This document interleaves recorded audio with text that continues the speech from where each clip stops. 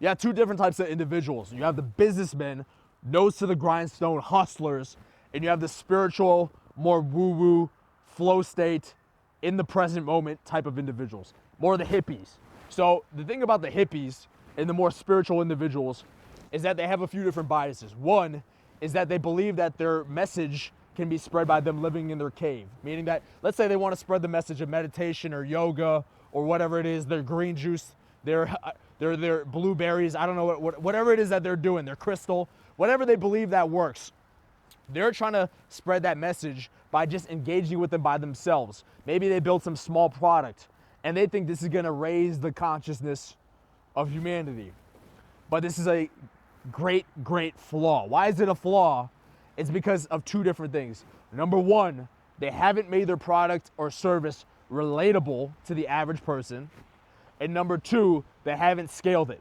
So the first one is that they believe, it's very pompous of them to believe that everybody and their dog should relate to their meditation course. Everybody and their dog should relate to their yoga or whatever it is.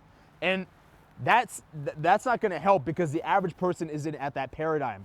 It's like they've created an amazing highway by creating an amazing product or service, but they haven't created a ramp into that highway. The ramp is necessary because if you haven't thrown a rope, a life raft, to a person who doesn't know what meditation's like or doesn't know what your spiritual product or service is like, then you haven't thrown them the life raft to bring them onto the cruise ship. You haven't thrown them a rope of relatability. You need to create the rope of relatability or the ramp of relatability.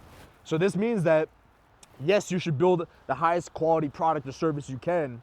You should be niche in the way that you want to be niche, but you must also have products and services around it that cast a greater net, a wider net that can bring in the masses of people and start creating that ramp, that relatability rope for them to get more and more invested in your more advanced spiritual type ideas. The next thing you need to do is, once you have that down, once you have the relatability down, maybe you're pumping out simpler content in addition to your advanced content. Maybe you're creating a simpler product that can relate to the average person in addition to your advanced product. Now what you want to do is you want to think about scaling this. And when it comes to scale it, you must think about scaling it like you're riding a horse, swinging an axe like you're Genghis Khan himself. Think about scaling your product to everybody as if you are an empire builder, as if you are a modern day conqueror. So getting your niche down, relatability. Don't just live in the clouds thinking you're gonna raise the consciousness with your product or service.